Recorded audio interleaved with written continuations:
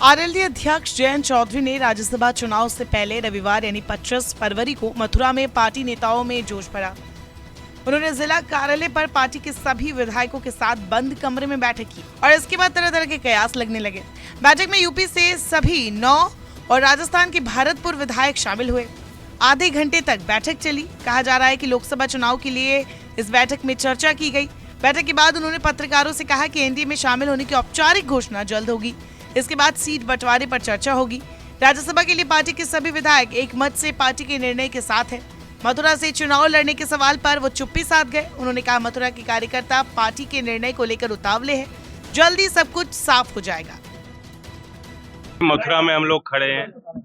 लोकदल के कार्यकर्ता मथुरा के बहुत उतावले हो रहे होंगे।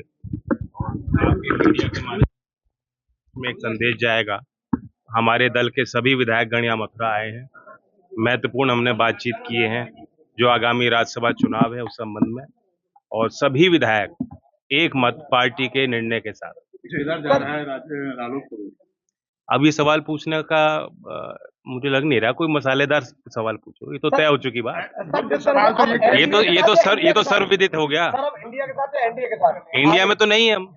इंडिया छोड़ने का प्रमुख कारण क्या बताएंगे जब बहुत जल्दी होगी। और ये सारे जो निर्णय हैं ये औपचारिक घोषणा के बाद ही इन बातों पे हम चर्चा कर पाएंगे। जो आपने पूछा कि क्या कारण है इंडिया से हम क्यों बदले, आगे हम क्या करना चाहते हैं, कितनी सीट पे हम लड़ेंगे, ये सारी बात तब तय हो। राहुल गांधी पश्चिमी उत्तर प्रदेश में न्याय यात्रा पर हैं।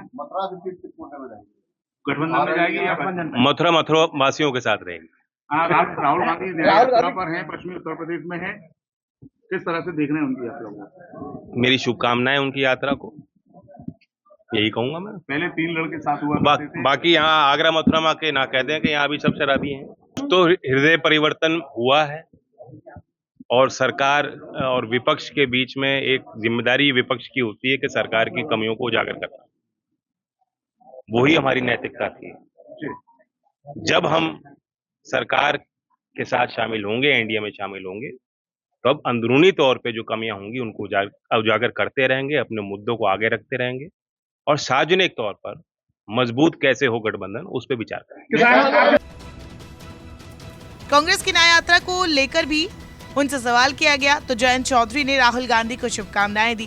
उन्होंने कहा विगत 10 सालों से विपक्ष में रहते हुए मुद्दे उठाए थे, अब हृदय परिवर्तन हो गया है। बता दें लोकसभा चुनाव से पहले अखिलेश यादव और जयंत चौधरी अलग हो चुके हैं। जयंत बीजेपी के नेतृत्व वाले गठबंधन एनडीए के साथ चले गए हैं। उनकी पार्टी आरएलडी पश्चिमी यूपी में इंडिया का सहारा थी। अखिलेश ने तो उनको 7 सीटें भी दे दी थी, लेकिन जयंत को अखिलेश का ऑफर पसंद नहीं आया। उधर जयंत के जाते ही अखिलेश यादव ने आरएलडी के खिलाफ बगावती तेवर दिखाए। पश्चिमी यूपी में अखिलेश जाट मुस्लिम समीकरण साधकर आरएलडी को चुनौती देने उतर चुके हैं। सपा ने पश्चिमी यूपी में फिलहाल 3 सीटों पर प्रत्याशी भी उतारे हैं। खैर, अभी तक जयंत चौधरी ने एनडीए में जाने की घोषणा की नहीं है और जानकार मानते हैं मथुरा सीट को लेकर जयंत चौधरी ने एनडीए के सामने बड़ी डिमांड रख दी है। लेकिन एक परेशानी एनडीए के लिए मौजूदा सांसद हेमा मालिनी भी बन सकती है। हेमा मालिनी ने बीते रविवार को एक बार फिर स्पष्ट कर दिया कि अगर पार्टी उन्हें आदेश देगी तो वो मथुरा से ही चुनाव लड़ेंगी। ऐसे में मथुरा को लेकर एनडीए की परेशानी बढ़ सकती है।